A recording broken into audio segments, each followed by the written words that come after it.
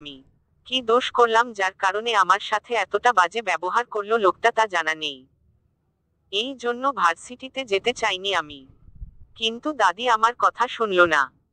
কিন্তু দাদিকে এবার আমার কথা শুনতে হবে। আজকের সব ঘটনাগুলো বলে আমি আর ভার্সিটিতে যাব না। আর না ওই বাজে লোকটার সামনে পড়ব। যে ভাবা সেই কাজ। চোখ মুছে হাঁটা ধরলাম দাদির রুমের দিকে, উদ্দেশ্য দাদিকে সবকিছু খুলে বলা। ধূপধাপ পা ফেলে দাদির রুমে ঢুকে দাদিরকে কিছু বলতে না দিয়ে আমি কাটকাট গলায় বলে উঠি, দাদি আমি আর ওই বাজে ভার্সিটিতে যাব না। ওইখানের ছেলেরা ভালো হয় না, বাজে হয়। তাই আমিও আর পড়ব না ওইখানে। আমার হঠাৎ আগমনে চমকে যান দাদি। আমার দিকে তাকিয়ে আতঙ্কে উঠে যেন। তাৎক্ষণিক দৌড়ে আসে আমার কাছে দাদি। আমাকে অস্থির ভঙ্গিতে পরখ করতে করতে প্রশ্ন করেন, কি হয়েছে সোনামা তোর? এ অবস্থা কেন? দাদির কথায় ঠোঁট ভেঙে কান্না চলে আসলো আমার। দেরি না করে মুহূর্তেই ঝাপটে ধরলাম দাদিকে। জড়িয়ে ধরে কান্না করতে করতে খুলে বললাম সবকিছু। সব শুনে দাদি আমাকে সান্ত্বনা দিতে লাগলো।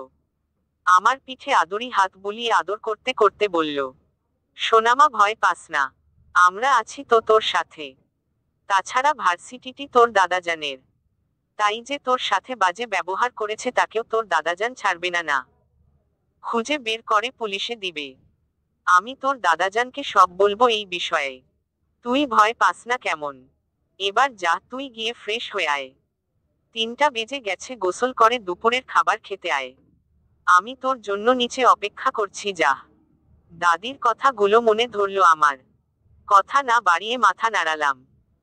অতঃপর দুপুরের খাবার খেয়ে সারা বিকাল ও রাতে দাদির সাথে গল্প করে পার করলাম। 10টার দিকে নিজের রুমে এসে ঘুমিয়ে পড়ি। হৃদ মায়াকে বাসায় পাঠিয়ে সে তার কাজে চলে যায় আরাফ খানের সাথে দেখা করে। এবং একেবারে রাতে বাসায় ফিরে ফ্রেশ হয়ে ডিনার করার জন্য নিচে নামতে নামতে এদিক ওদিক চোখ বুলাই চারপাশে। যেন কাউকে খুঁজে চলছে তার অশান্ত চোখ জোড়া। খুঁজে না পেয়ে ঘড়ি দিকে তাকায় 1:02 বাজে।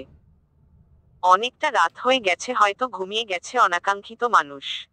হৃদ চুপচাপ নিচের চলে আসে। নিঃশব্দে ডাইনিং এর চেয়ার টেনে বসে পড়ে। সেখানে আগের থেকেই তার দাদা দাদি তার জন্য অপেক্ষা করছিল খাবার নিয়ে। হৃদ বসার সাথে সাথে দাদি হাসি মুখে খাবার তুলে দিচ্ছে প্লেটে। আশেপাশে কাজে লোকরা দাঁড়িয়ে আছে, কারণ হেনা খান নিজের হাতে সবাইকে খাওয়াতে পছন্দ করে তাই। হৃদ সকালে নাস্তা আর রাতের ডিনার দাদা দাদির সাথে করে, কিন্তু দুপুরের খাবারটা বাহিরে খায় সব সময়।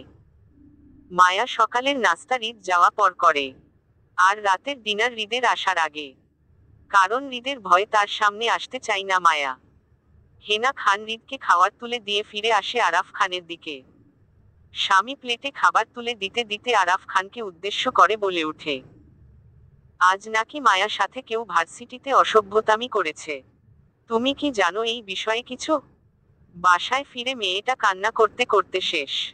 ভীষণ ভয় পেয়েছে মেয়েটা। কি আজকে ঘটনা এটা?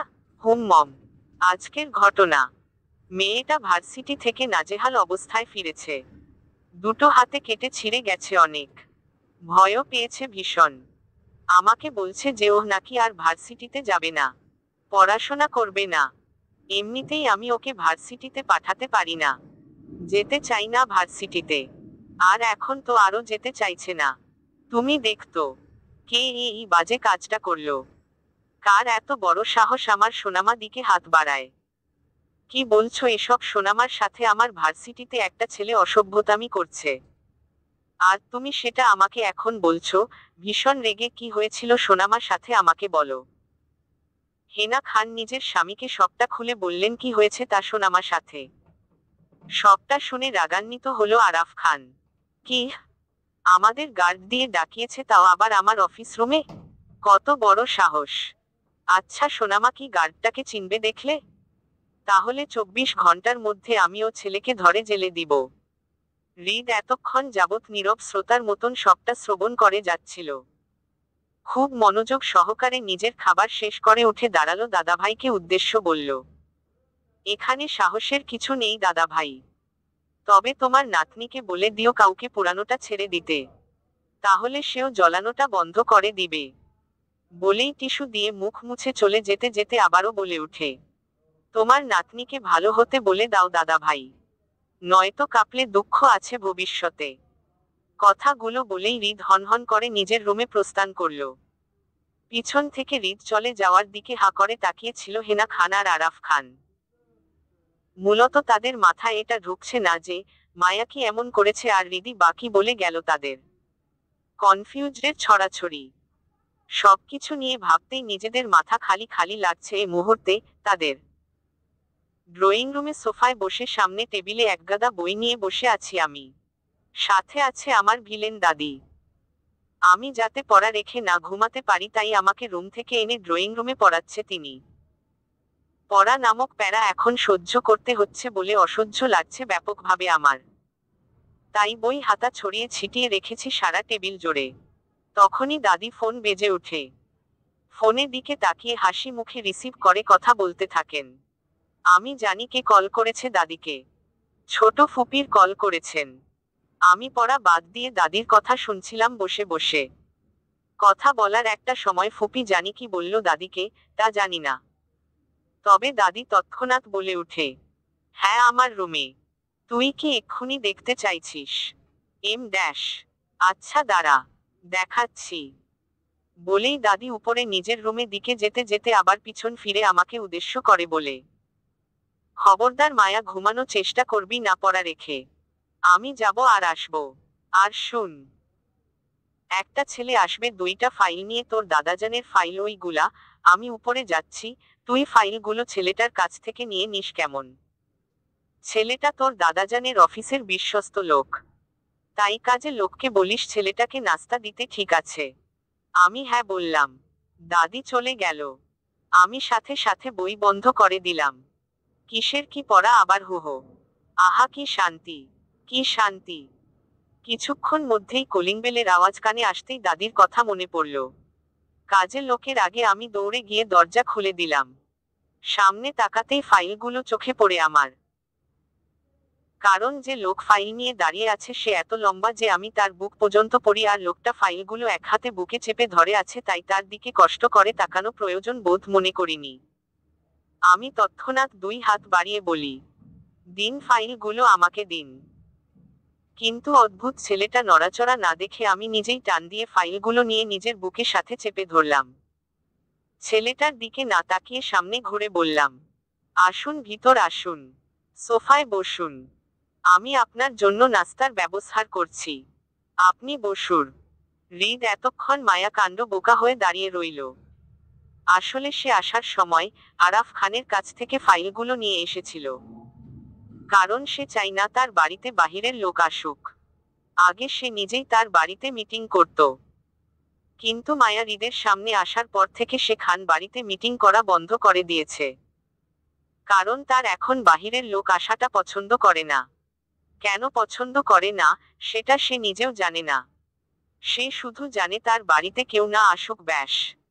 মূলত সে এই জন্যই নিজে ফাইলগুলো নিয়ে আসে। কিন্তু হঠাৎ করে মায়া তাকে এত আপ্যায়ন করছে কেন? কি এমন হলো যে আজ হঠাৎ করে বউ বউ হয়ে গেল? যে তাকে নাস্তা খেতে বলছে। বাকি সময় তো হৃদের সামনে আসতে চাই না। তাকে ভয় পায় বলে শুধু পালিয়ে বেড়ায়, তাহলে আজ? ভাবতে ভাবতে গিয়ে সোফায় বসল হৃদ। মায়া কাজে লোক দিয়ে নাস্তা এনে হৃদের সামনে রাখে।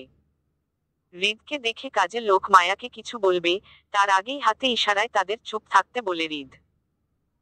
কারণ হৃদ ভালোভাবেই বুঝতে পারছে মায়া তাকে না চিনে আপ্যায়ন করছে, তাই সেটা মিস করতে চাইছে না সে। মায়া হৃদকে নাস্তা দিয়ে নিজের বইয়ের উপর 3টা ফাইল রাখলো এবং সোফায় না বসে নিচে ফ্লোরে বসল। টেবিলের উপর হাত দিয়ে ফাইলগুলো দেখতে থাকে। ইয়া বড় মোটা মোটা ফাইল, তার উপর নাম লেখা আছে আরাফাত খান, দ্বিতীয়টাতেও তাই আছে, কিন্তু তৃতীয়টাতে চোখ পড়তেই মায়া চমকে উঠে হৃদের দিকে তাকায়। চোখ বড় বড় করে বলে, এ কি উনার? হৃদ, ফাইল কেন এনেছেন আপনি? জানেন উনি শুনলে কি হবে আপনার? কথাগুলো বলেই মায়া আবার ফাইল দিকে তাকায়। হৃদ খানিকটা কৌতূহল বসে বলে, কেন? কি হবে? কেন আপনি জানেন না বুঝি? আপনার চাকরি থাকবে না, খেয়ে ফেলবে উনি। ডিসমিস করে দিবে সবকিছু থেকে। আর শুনুন, আমি বুদ্ধিটা দিলাম তাই আমার নাম কিন্তু আপনার স্যারকে বলবেন না বলে দিলাম। অকারণে কাউকে চাকরির থেকে বের করে হয় না, দোষ করলে বের করা হয়, বুঝছো? আর তোমার কথা কেন বলবো না? ভ্রু কুঁচকে হৃদের কথায় খানিকটা উত্তেজিত হলো মায়া। ভয়ার্ত কণ্ঠে বলল, প্লিজ প্লিজ আমার কথা বলবেন না উনাকে, কারণ উনি আমাকে একদম সহ্য করতে পারে না। এখন যদি শুনে আমি উনার জিনিসপত্রে হাত দিয়েছি তাহলে উনি আমাকে বকা দিবেন। তাই প্লিজ কিছু বলবেন না, প্লিজ। মায়ার কথায় দীর্ঘশ্বাস ফেলল হৃদ। আস্ত একটা মানুষকে পোড়াচ্ছ অথচ সে কিছু বলছে না, সেখানে সামান্য তুচ্ছ জিনিসপত্র হাত দিয়া তো কিছু না। ঠিক আছে বলবো না, ধন্যবাদ আপনাকে, বলে পুনরায় ফাইলটা দিকে তাকায়।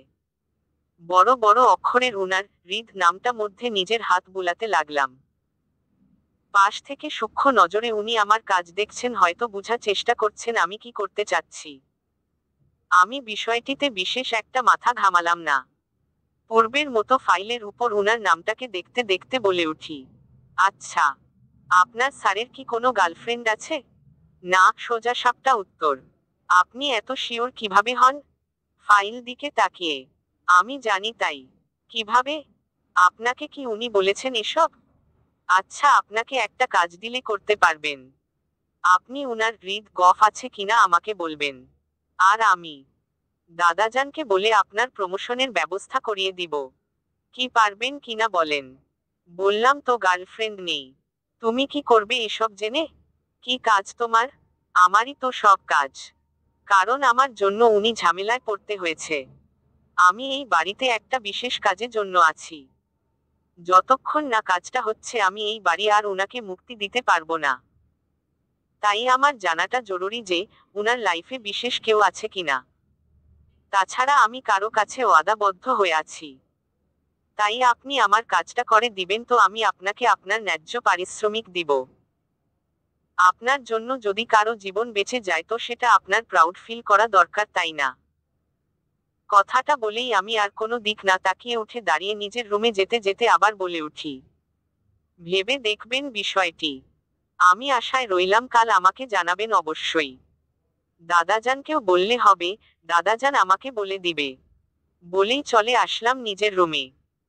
বিছানায় গা এলিয়ে দিলাম, এই মুহূর্তে ভীষণ ঘুম পাচ্ছে আমার, ভীষণ। ভার্সিটির ক্যান্টিনে বসে আছি আমি। আমার সাথে বসে আছে মনা আর হেনা। আমার তিনজনই গল্পে মেতে উঠেছি। আমাদের আলোচনার বিষয় হলো স্বাধীনতা নিয়ে। তাদের কথা মতে ওরা নিজেরাই নিজেদের কাজ করে থাকে। তাদের কেউ কিছু বলে না, ফ্যামিলিও প্যারা দেই না। নিজের মতো করে শপিং, আউটিং, ডেটিং সবকিছু নিজের মর্জি মতো করে থাকে। ওদের স্বাধীনতায় কেউ হস্তক্ষেপ করে না। আমি এসব নীরব শ্রোতার মতো শ্রবণ করলাম। আমার ছোট মনে কৌতূহল জাগ্রত হলো যে আমিও আমার স্বাধীনতা ব্যবহার করতে পারি। আমার স্বামী আমাকে স্বাধীনতা দিয়েছে, তাহলে সেটা আমাকেও ব্যবহার করা দরকার, তাই না?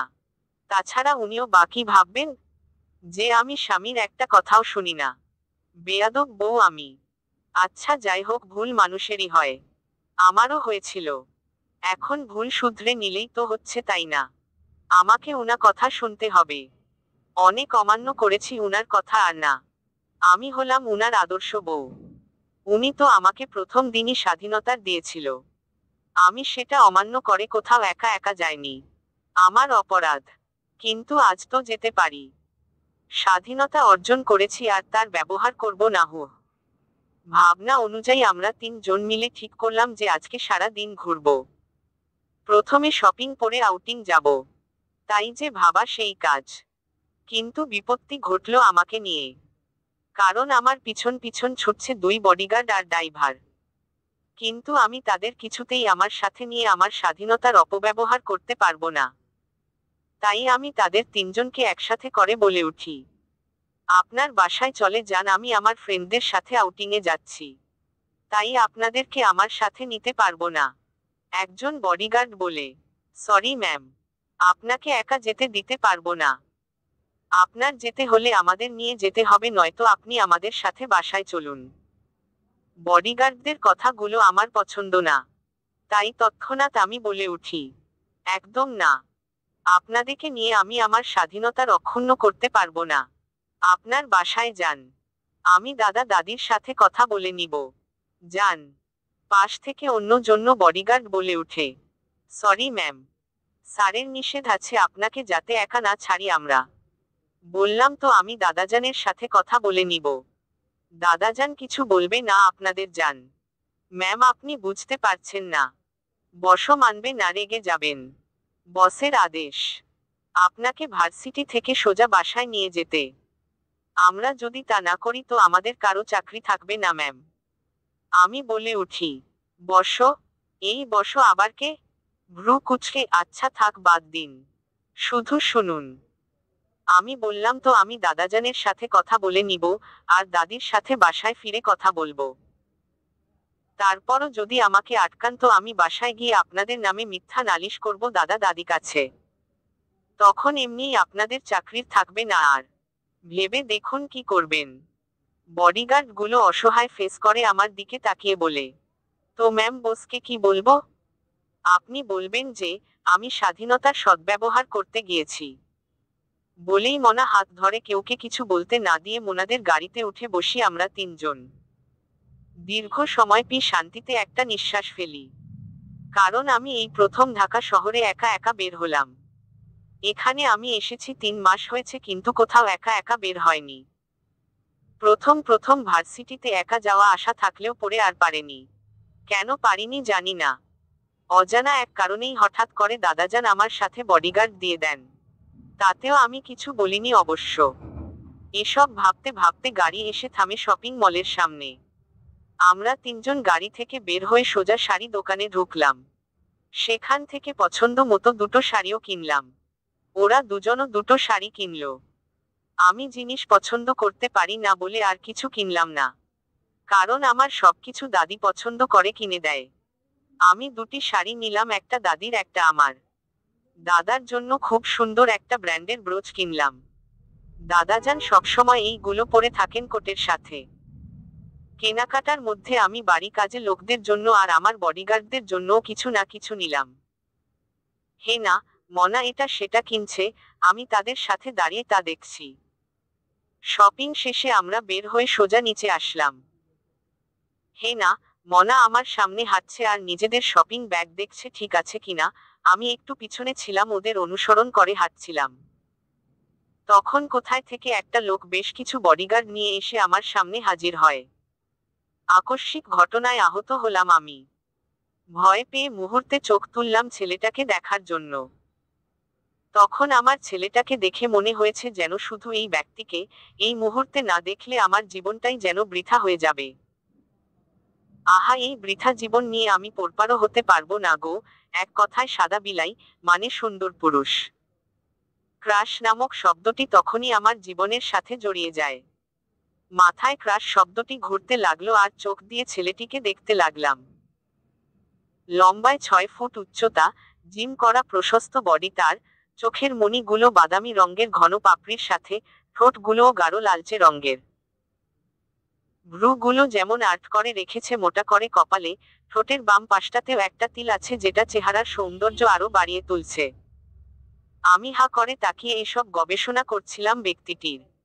ঠিক তখনই ছেলেটি আমাকে ধমকে স্বরে বলে, চুপচাপ গাড়িতে গিয়ে বসো আর আশিক, আমার একজন বডিগার্ডের নাম, ওর হাত থেকে এইগুলো নিয়ে গাড়িতে রাখো, দাঁতে দাঁত চেপে। আমি চমকে উঠলাম। ছেলেটাকে? আমাকে কি চিনে নাকি? আর চিনলে কবে থেকে চিনে? আমার এমন সব চিন্তা ভাবনার মাঝে আশিক বলে উঠে, ম্যাম ব্যাগগুলো আমাকে দিন, আমি নিয়ে যাচ্ছি। দিন। আমি আশিকের কথা শুনে ঘাড় ঘুরিয়ে তাকিয়ে দেখি, আরে এরা তো আমার বডিগার্ড, তার মানে দাদাজান পাঠিয়েছেন উনাদের আমার জন্য। আমি যে দাদাজানকে কল করি নাই তাই হয়তো বডিগার্ডদের পাঠিয়েছেন টেনশনে। আমি বলে উঠি, দাদাজান পাঠিয়েছে আপনাদের? আচ্ছা আপনার যান এবার। আমি আরো ঘুরবো ফ্রেন্ডের সাথে। আমি এক্ষুনি দাদাজানের সাথে কথা বলে নিচ্ছি ফোনে, কেমন? যান আপনারা। বলেই ফোনটা হাতে নিলাম কল করার জন্য। তখনই সামনে থাকা সুন্দর পুরুষটা আমার হাত থেকে ফোনটা কেড়ে নিয়ে আছাড় মারল ফ্লোরে। যা হওয়ার তাই হলো। সঙ্গে সঙ্গে আমার ফোন বাবাজির জীবন শেষ হয়ে গেল ভেঙ্গে। আমি ভয় পেয়ে ফোনটা দিকে তাকিয়ে কাঁদো কাঁদো হয়ে আবার ছেলেটাকে বললাম, কি সমস্যা কি আপনার? কখন থেকে টানাটানি কাড়াকাড়ি করছেন আমার সাথে? একবার ফোন, তো অন্যবার আমাকে। কি চাই আপনার? আমার ফোন ভাঙলেন কেন? সে রাগী স্বরে সুন্দর পুরুষটা বলল তৎক্ষণাৎ, গাড়িতে বসো।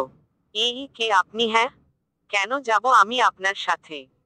আমার স্বাধীনতা দিবসের দিনেরও হস্তক্ষেপ করছেন। বাজে লোক। কিসের স্বাধীনতা? কপাল কুঁচকে বিরক্তি নিয়ে বলল, যেটা আমি অর্জন করেছি সেই স্বাধীনতা। কবে দেশের জন্য জান দিয়ে নিজের জন্য স্বাধীনতা অর্জন করলেন? জান দিব কেন? আমি তো এমনই এমনই পাইছি স্বাধীনতা। কবে পাইছেন? 3 মাস আগেই। নাক টেনে ভ্রু কুঁচকে গেল আমার কথায় তার। হয়তো বিষয়টি পুরোপুরি বুঝতে পারেননি, তাই পুনরায় প্রশ্ন করে বলল, 3 মাস আগে কবে?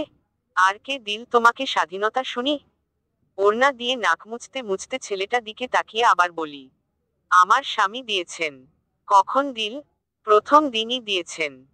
সবার সামনে বলেছেন, আমি আমার মতো করে থাকতে পারবো, যা খুশি করতে পারবো, যেখানে খুশি যেতে পারবো। তিনি আমাকে সেই স্বাধীনতা দিয়েছেন। তাই তো আমি স্বামীর কথা পালন করছি, আর নেকির খাতা ভারী করছিলাম। কিন্তু এখন আপনি এসে আমায় আটকাচ্ছন, আমার স্বাধীনতায় হস্তক্ষেপও করছেন। বলুন এটা ঠিক? আমাকে আর কিছু বলতে না দিয়ে টানতে টানতে গাড়ি দিকে নিতে নিতে সুন্দর ছেলেটা বলে ওঠে, তখন সারাংশ ছিল শুধু, আর এখন সারাংশ সারমর্ম মিলে ভাব সম্প্রসারণ হয়ে গেছে।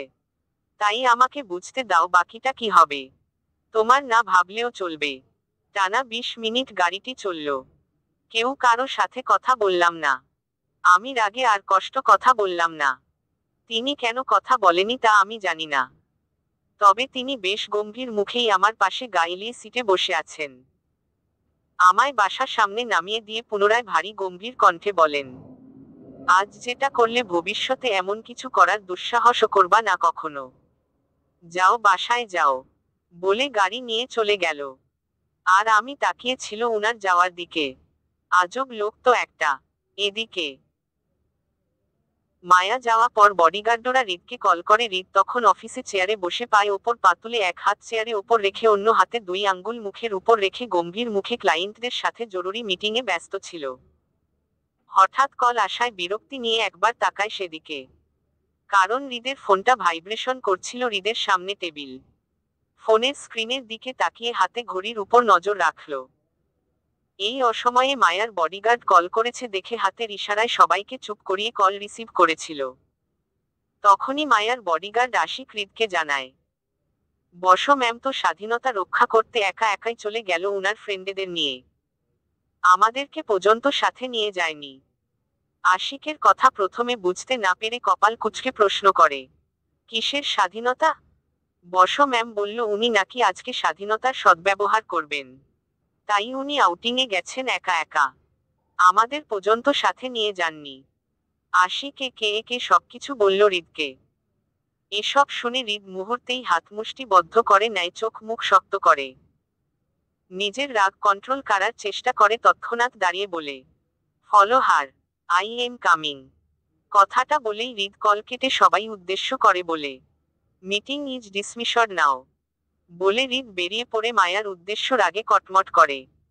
তীক্ষ্ণ মেজাজ বিগড়ে যাওয়া কারণে রাগে রি রি করে উঠে। বলেছিলাম আমার অবাধ্য না হতে, তাও হলি। আমি বুঝে নিতে চাই কি হচ্ছে আমার সাথে। তাই আমাকে আর তোকে দুজনকেই সময় দিচ্ছিলাম। কিন্তু তুই সেটা বুঝলি না। আর এখন আমার সময়ের অপব্যবহার করতে চাইছিস? তা আমি কি করে হতে দেয় বল? তোকে নিজের রাগ দেখাতে চাইছিলাম না, কারণ যখন দেখবি তখন তোর জন্য ধ্বংস বয়ে আনবে সবকিছুতে। আমার ভালো মানুষের সুযোগ নিয়ে তুই আমার অবাধ হবি, তা তো হতে দিব না আমি। বাসায় আসার পর দাদি নানান প্রশ্ন করে, যাচ্ছে একা কেন গেলাম? কোনো সমস্যা হলে কি হতো তারা? আরো অনেক কিছু। আমি অনেক কষ্টে দাদিকে বুঝতে সক্ষম হলাম যে আর কোথাও একা যাব না। সবাইকে সাবার গিফট দিলাম আমি। দাদিকে দাদির শাড়িটা দিলাম। আর দাদাজানের জন্য আনা গিফটটা আমার কাছে রাখলাম, পরে দিব তিনি বাসায় আসলে। তখনই দাদি বলে উঠে, সোনামা তোর ফুপ্পি, হৃদের ফুপ্পি আসবে দেশে সবাইকে নিয়ে নিহার বিয়ের জন্য কিছু দিনের মধ্যে। ওরা খান বাড়িতেই উঠবে বলেছে। আমাদের বাসায় থেকে বিয়ে হবে নিহার। তোর সাথে তোর ফুপ্পি কথা বলতে চায়। তোর কি কি লাগবে বলার জন্য বলল। তোর ফুপ্পি নিয়ে আসবে তোর জন্য। আমি দাদির কথা শুনে খুশিতে আত্মহারা হয়ে জড়িয়ে ধরে বলে উঠি, সত্যি দাদি মামুনি, ফুপ্পিকে মামুনি বলে আসবে কিছু দিনের মধ্যে? ও ফাফ, আমার যে কি ভালো লাগছে বুঝাতে পারবো না তোমাকে। ঈশ্বস। দাদি এক গাল হেসে আমার মাথায় হাত বুলিয়ে আদর করে ঘুম পাড়িয়ে দিল। ঘুম থেকে উঠে চারদিকে চোখ বুলালাম কয়টা বাজে জানার জন্য। পাশে হাত দিয়ে আমার মোবাইলটা খুঁজলাম, কিন্তু না পাওয়ায় খানিকটা বিরক্তি নিয়ে তাকিয়ে ফোন খুঁজতে লাগলাম। আবারও না পাওয়ায় ভ্রু কুঁচকে এলো আমার। কি হলো, ফোন কোথায় গেল আমার? ফোনের জন্য কি বাসায় চোর আসল? তাও আবার আমার ফোনের জন্য? নাকি বাসার সবকিছুই চোর চুরি করে নিয়ে গেছে, আর আমি কিছু বলতে পারি না? আচ্ছা, কি কি নিয়ে গেছে বাসা থেকে? বাসার ফার্নিচার গুলো কি নিয়ে গেল তাহলে? সর্বনাশ, কয়টা চোর এসেছিল বাসায়? আচ্ছা, উনার হৃদ সবকিছু কি চোরে চুরি করে নিয়ে গেছে? নিশ্চয়ই নিয়ে গেছে। চোরে চুরি করতে আসলে তো সবকিছু চুরি করে নিয়ে যাবে, তাই না? আহা বেচারা চোর, বড্ড মায়া হচ্ছে। চোর আর জানে না সে কার জিনিসপত্র নিয়ে গেল। এখন নিশ্চয়ই উনি চোরটাকে খুঁজে ওকে চোরের চাকরি থেকেই বের করে দিবে জেল নামক শাস্তির মাধ্যমে। তখন বেচারা চোরটা কষ্টে হাত পা ছড়িয়ে ছিটিয়ে কান্না করে বলবে, প্লিজ আমাকে চোরের চাকরি থেকে বের করো না। এটা আমার বাপ দাদার দেওয়া চাকরি। আমি এই চাকরিটা ছাড়তে পারবো না। প্লিজ দয়া করুন, দয়া করুন। টাইপ কোনো কিছু বলে চিৎকার করবে। আহা বেচারার কি কষ্ট। এসব ভাবতে ভাবতে হঠাৎ আমার কালকের কথা মনে পড়ে গেল। আরে ওই বাজে লোকটাই তো আমার ফোন ভেঙেছিল। সবকিছু মনে পড়তেই মন খারাপে উঠে বসলাম বিছানায়। চোখ ঘুরিয়ে দেয়াল ঘড়ির দিকে তাকিয়ে দেখলাম 5:05 বাজে। তার মানে সকাল হয়ে গেছে। আর আমি প্রায় সকাল সকাল উঠে থাকি। আজকেও হলো। রোজকার মতো আমি আরো একটা কাজ করি, সেটা হলো বাড়ির সামনে যে বিশাল বড় বাগানটা আছে ওখানে ঘুরতে যাই আর কি। আমার অনেক ভালো লাগে বাগানে ঘুরতে। আজকেও যাব। তাই ফ্রেশ হয়ে বেরিয়ে পড়লাম বাগানের উদ্দেশ্যে। বাগানে ঘুরঘুর করছি আমি। হাত দিয়ে বাগানের ফুলগুলো ছুঁয়ে ছুঁয়ে দেখছি। নানান রকমের ফুল ফুটেছে বাগানে। ফুলে ফুলে রয়েছে ছোট ছোট শিশির বিন্দু, যা বাগানের সৌন্দর্য আরো বাড়িয়ে তুলছে। আমি একটা সাদা গোলাপ নিয়ে মাথায় পড়তে পড়তে ভাবলাম, আমার কালো চুড়িদার জামার সাথে সাদা গোলাপটা মানাবে ভালো। দুহাত ভরতি কালো রেশমি চুড়ি, সাথে পায়ে কালো একজোড় পায়েল তো আছেই। আমার ভাবনার মাঝে মনে হলো কেউ আমাকে গভীরভাবে পর্যবেক্ষণ করছে। কিন্তু কে? তাকে দেখার জন্য ঘাড় ঘুরিয়ে এদিক ওদিক তাকিয়ে কাউকে দেখতে না পেয়ে আহত হলাম আমি। তারপরও মনের সন্দেহ গেল না আমার। আমার মন বলছে কেউ আছে আমার অদৃশ্যের আড়ালে, কিন্তু দেখতে পারছি না তাকে। যাই হোক, আর খোঁজার চেষ্টা না করে বাগানের সামনে থাকা অতি সুন্দরী রমণীর মাটির মূর্তিটা আছে, তার দিকে অগ্রসর হলাম। মূর্তির সামনে দাঁড়িয়ে পড়লাম। মূর্তিটা যে দেয়াল উপর দাঁড়িয়ে আছে সেটার উপর উঠে দাঁড়িয়ে পড়লাম কষ্ট করে। কাজে সফল হতে পেরে একটা ক্লোজআপ হাসি দিয়ে মূর্তিটার গলায় এক হাত রেখে অন্য হাত কানে উপর রাখলাম। তাতে আমার মুখ নিয়ে কানে কানে কথা বলতে লাগলাম। কারণ আমি যখনই বাগানে আসি না কেন, তখনই এই মূর্তিটার সাথে আমার কানাকানি কথা হয় গোপনীয়ভাবে। দাদা দাদি পর এই মূর্তিটার সাথেই আমি ক্লোজ। আমার বেস্ট ফ্রেন্ডও বলা যায়। তাদের পরে আমি এই মূর্তিটার সাথে আমার সব পেটের কথাগুলো শেয়ার করে থাকি। আজও তাই করছিলাম। কিন্তু তখনই হঠাৎ করে পিছন থেকে কেউ বলে উঠে, মানুষ তো তোমার চোখে পড়ে না, কিন্তু মূর্তি ঠিকই তোমার চোখে পড়ে। আমি ঘাড় ঘুরিয়ে তাকালাম কথা বলার মালিকটাকে দেখার জন্য। মূর্হতে চমকে উঠলাম আমি। আরে এই তো কালকের সুন্দর পুরুষটা, কিন্তু এখানে কেন? পরনে তার কালো টি শার্ট আর ট্রাউজার, আমার মতোই কালো কালো। আমি উনাকে দেখে চমকিত গলায় বলে উঠে, এই আপনি এত সকালে কি করছেন এখানে? উনি বলে, কাজ আছে তাই এসেছি। কি স্বাভাবিক উনার সেই ভঙ্গি। যেন সবকিছু ঠিকঠাক। ভ্রু কুঁচকে এলো আমার। এত সকালে কি কাজ আপনার এই বাড়িতে? দাদাজান তো এখনো ঘুমাচ্ছেন, তাহলে আপনাকে ডেকে পাঠালো কখন শুনি? উনি পুনরায় স্বাভাবিক কণ্ঠে বলল। আমি কখন বললাম দাদাভাই আমাকে ডেকেছে? তাহলে কে ডেকে পাঠিয়েছেন আপনাকে? ভ্রু কুঁচকে খানিকটা থেমে পুনরায় বলি, ও আচ্ছা বুঝেছি। নিশ্চয়ই আমার স্বামী ডেকেছেন আপনাকে। তাই তো বলি, এত নির্দয়, পাষাণ ব্যক্তি আর কে হতে পারে? এই শীতের ভোর রাত্রে কার এত কাজ পেতে পারে ওনাকে ছাড়া? কথাগুলো বলতে বলতে মূর্তিটাকে ছেড়ে নিচে নেমে পড়লাম। কিন্তু উনার দিকে তাকাতে কষ্ট হচ্ছিল আমার। কারণ উনি লম্বায় 6 ফুট উচ্চতা আর আমি 5 ফুট। আমি খাটো হওয়ার দুঃখ প্রকাশ করার আগেই উনি বলে উঠে, পাষাণ, নির্দয় ব্যক্তি, ভ্রু কুঁচকে আমার দিকে তাকিয়ে। আমি উনার দিকে তাকিয়ে আবারও লাফিয়ে মূর্তির পায়ের কাছে বসে পড়ি, দুপা ঝুলিয়ে। তার দৃষ্টি আমার পায়ের পাইলের উপর। বিষয়টি বুঝে ইগনোর করলাম। কারণ তাকিয়ে লাভ নেই। উনি ছেলে মানুষ। মেয়েলি জিনিসপত্র উনাকে মানাবে না। বিষয়টি ইগনোর করে আমি উনার মুখোমুখি উচ্চতা নিয়ে বসে বলে উঠি, এবার ঠিক আছে। আসলে আপনি অনেক লম্বা। আমার আপনার দিকে তাকাতে কষ্ট হয়, তাই এখানে বসে পড়লাম। আমার যাতে আপনার সাথে কথা বলতে সুবিধা হয় তাই আর কি। আচ্ছা, আপনি এত লম্বা কেন? সকাল বিকাল কি হরলিক্স খান লম্বা হওয়ার জন্য? আসলে আমি না হরলিক্স খেতে পারি না, গন্ধ লাগে। সময় মতো আমিও যদি আপনার মতো করে 2 বেলা হরলিক্স খেতাম তাহলে আজ আমিও আপনার মতো বিশাল লম্বা হতাম। ব্যাড লাক আমার। আচ্ছা, আপনার গার্লফ্রেন্ড ও নিশ্চয়ই অনেক লম্বা আপনার মতো, তাই না? আর আমি আহা। আমার দুঃখের মধ্য দিয়ে হঠাৎই গার্লফ্রেন্ডের কথাটা মাথায় আসতেই ঝটপট আবারও উনাকে প্রশ্ন করে বলি, এই আপনি আমার কাজটা করেছেন? মানে আমার স্বামীর গার্লফ্রেন্ড আছে কিনা অনুসন্ধান করেছিলেন? আমার কথায় উনি কেমন করে যেন তাকালো আমার দিকে। হয়তো আমার এ রকম প্রশ্নের বিরক্ত হলেন তিনি। তাই আমার দিকে তাকিয়ে বলে উঠলেন, বললাম তো কোন গার্লফ্রেন্ড বা ভালোবাসার মানুষ নেই। তবুও কেন একই প্রশ্ন বারবার করছো? কথাটা শুনে একরাশ কষ্ট নিয়ে বলে উঠি আমি, না, উনাকে যতটা উন্নত মনে করেছিলাম উনি, হৃদ, আসলে ততটাও উন্নত করতে পারিনি। সাধারণ একটা প্রেম করতে পারলো না ছেহো। মায়া কথাটা এমন ভাবে নাক মুখ ছিটকে বলল যেন হৃদকে নার্সারির বাচ্চাদের একটা অঙ্ক দেওয়া হয়েছিল। আর হৃদ সেটা করতে পারেনি। এজন্য মায়ার অনেক কষ্ট হচ্ছে। মায়ার রিয়েকশনে ভ্যাবাচ্যাকা খেল হৃদ। থমথমে গলায় বলল, মানে? উফ, মানে জানেন না আপনি? মায়া কথা ধমকে উঠে হৃদ। চাপা স্বরে বলে, তুমি জানো কত মেয়ে হৃদ খানের জন্য পাগল হয়ে ঘুরে বেড়ায় তার আশেপাশে। আর সে ফিরেও তাকায় না।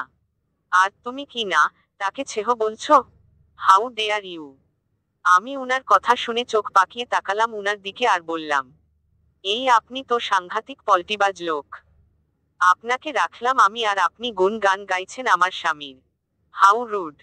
হৃদ কটমট করে তাকালো মায়ার দিকে। মায়া পুনরায় হতাশ গলায় বলল, আচ্ছা আপনি বলুন তো, একটা গার্লফ্রেন্ড রাখলে কি এমন হয় উনার? আজ উনার একটা গার্লফ্রেন্ড থাকলে এতে করে আমার আর উনার কাজটাও সহজ হয়ে যেত। এখন আমার কষ্ট করে উনার জন্য একটা মেয়ে খুঁজতে হবে। ধুর, ভাল লাগে না। অসহায় ফেস করে উনি বলে উঠেন, ভালোবাসা এভাবে হয় না। তবে কিভাবে হয় তা আমি নিজেও জানি না। কিন্তু যেদিন জানবো, বুঝনো, সেদিন আমার সামনে থাকা মানুষটিকেও ভালো করে বুঝিয়ে দিব। কথাটা বলেই হৃদ পকেটে 2 হাত দিয়ে স্ট্রং হয়ে দাঁড়ায়। ভালোবাসা শব্দটি শুনতাই মায়ার চোখ মুখ খুশিতে চকচক করে উঠে এবং ঠোঁট প্রসারিত করে হেসে বলে উঠে, আচ্ছা, ভালোবাসা কোথায় পাবো আমার না অনেক প্রয়োজন ভালোবাসার। বলুন না কোথায় পাবো আমি? আমার এমন কথায় উনি আমার দিকে এমন ভাবে তাকালো যেন এই মুহূর্তে আশ্চর্যজনক কোন বাণী শুনালাম আমি তাকে, যেটা উনি এই মুহূর্তে হজম করতে পারছেন না। কি এমন বললাম আমি, যে ওনার আমার দিকে এমন ভাবে তাকাতে হবে? ভালোবাসা কোথায় থাকে সেটাই তো জানতে চাইছি, আর তো কিছু না, তাই না? মানুষগুলো যে কবে মানুষ হবে আল্লাহ জানে। তখনই উনি বলে উঠে, ভালোবাসা দিয়ে তুমি কি করবা শুনি? আমি সাথে সাথে বলে উঠি, বিদ্যুৎ চুমু খাবো। তাই ভালোবাসা আমার লাগবে, কোথায় পাবো বলুন না? আমার এমন কথায় উনি ভ্যাবাচেকা খেয়ে প্রশ্ন করেন, মানে, কিসের কি বিদ্যুৎ চুমু? আর বিদ্যুৎ চুমুর অর্থ কি আবার? আমি বলি, বিদ্যুৎ চুমু হলো, ভালোবেসে যখন ঠোঁটে চুমু খায়, তখন শরীরে কারেন্ট লাগে সবার, আর সেটাই হলো বিদ্যুৎ চুমু। বুঝলেন? মুহূর্তের হৃদের চোখমুখ শক্ত হয়ে গেল। এতক্ষণ যাবৎ মায়ের সাথে মজা করে কথা বললেও চুমুর বিষয়টা মেনে নিতে পারছে না। হৃদ মনে করেছে মায়া অন্য কাউকে চুমু খেতে চাইছে আর তার জন্য এসব বলছে। হৃদ যাকে এতদিন ধরে এত যত্ন করে সবার থেকে আগলে রেখেছে, সে এখন অন্যকে চুমু খেতে চাইছে ভাবতেই হৃদ দু হাত মুষ্টি করে নেয় রাগে। দাঁতে দাঁত চেপে প্রশ্ন করে, তুমি কি করে জানলে চুমুতে শরীরে কারেন্ট বয়? হেনা, মনা বলেছে আমাকে ঠোঁট ছোঁয়ালে নাকি এমন হয়। তাই তো আমি দাদিকে গিয়ে খেয়েছিলাম, কিন্তু আমার কারেন্ট লাগেনি। দাদিকে বলেছিলাম এই কথাটা। তখন দাদি আমাকে বলেছে যে, দাদিকে খেলে নাকি হবে না। ভালোবাসার মানুষকে খেতে হবে, অর্থাৎ নিজের আপন মানুষকে খেতে হবে। আমি নাকি আমার স্বামীকে ছাড়া অন্য কাউকে এই বিদ্যুৎ চুমু খেতে পারবো না, তাই আমি আগে ভালোবাসা কিনে আনবো, পরে ওনার কাছ থেকে বিদ্যুৎ চুমু নিব। এখন আপনি বলুন ভালোবাসা কোথায় পাবো? মায়ার কথা শুনে দীর্ঘশ্বাস ছাড়ে হৃদ। এতক্ষণ যেমন হৃদের দমটা গলায় আটকে ছিল। হৃদ স্বাভাবিক হয়ে বলল, তুমি যে হৃদকে চুমু খেতে চাও, ও কি তোমাকে চুমু খেতে দিবে তোমার মনে হয়? হুম দিবে তো। কিভাবে? ভ্রু কুঁচকে। টাকা দিয়ে। তাই? টাকা দিয়ে চুমু? ইন্টারেস্টিং। তুমি চুমু কিনতে চাও? এখন হৃদ যদি রাজি না হই, উল্টো তোমাকে দুটো থাপ্পড় মারে, তো তুমি কি করবা শুনি? ভ্রু নাচিয়ে, এমন কিছুই হবে না। তার আগেই আমি উনার সাথে ডিল করে নিব। কিসের ডিল শুনি? প্রথমত আমি চাকরি করে অনেক টাকা রুজি করে ওনাকে দিব। আর বলবো আমাকে একটা বিদ্যুৎ চুমু দিতে। উনিও আমাকে দিয়ে দিবে, না করবে না। কারণ উনি তো সারা দিন রাত 24 ঘন্টায় টাকার পেছনে পড়ে থাকে। উনার তো শুধু টাকা হলেই হয়, তাই না? কি বুদ্ধিটা বেশ না? এরপরও যদি না মানে, তো আমি উনাকে অন্য একটা শর্ত দিয়ে বলবো, যে আপনি আমার থেকে মুক্তি পাবেন যদি আমাকে একটা বিদ্যুৎ চুমু খান। তো এবার বলুন কোনটা চাই আপনার? শক্ত গলায় হৃদের কাটকাট উত্তর, কোনোটাই চাই না। আরে আপনি বুঝতে পারছেন না। মায়াকে বলতে না দিয়ে হৃদ চলে যেতে যেতে আবার পিছনে ফিরে এক পলক মায়াকে দেখে বলে ওঠে, মুক্তিটা আমার চাই না। এতদিন ছিলে তোমার স্বেচ্ছায়, এখন আছো আমার ইচ্ছায়। আর ভবিষ্যতেও থাকবে আমার বন্দিনী হয়ে। আমার যা চাই তা আমি সময় মতো নিয়ে নিব। তোমাকে ভাবতে হবে না। তাছাড়া বাকি রইল তোমার বিদ্যুৎ চুমু নিয়ে। সেটাও তুমি পাবে। শুধু ঠোঁটে কেন, সব জায়গাতেই পড়বে। তুমি চাইলেও বা না চাইলেও। শুধু সময়ের অপেক্ষা আছি আমি। কথাটা শেষ করেই হনহন করে চলে যায় বাড়ির ভিতরে হৃদ। আর এদিকে মায়া হা করে তাকিয়ে আছে হৃদের চলে যাওয়ার দিকে। কি বলে গেল এই লোকটা? সব তার মাথার উপর দিয়ে গেল। চলবে। হ্যালো বন্ধুরা, গল্পটি আপনাদের কাছে কেমন লাগে? কমেন্ট করে অবশ্যই জানাবেন। এই গল্পের অংশ পেয়ে যাবেন আপনাদের ভালোবাসা দিয়ে চ্যানেলটিকে সাবস্ক্রাইব করে রাখুন। গল্পের অংশ পেয়ে যাবেন। ধন্যবাদ।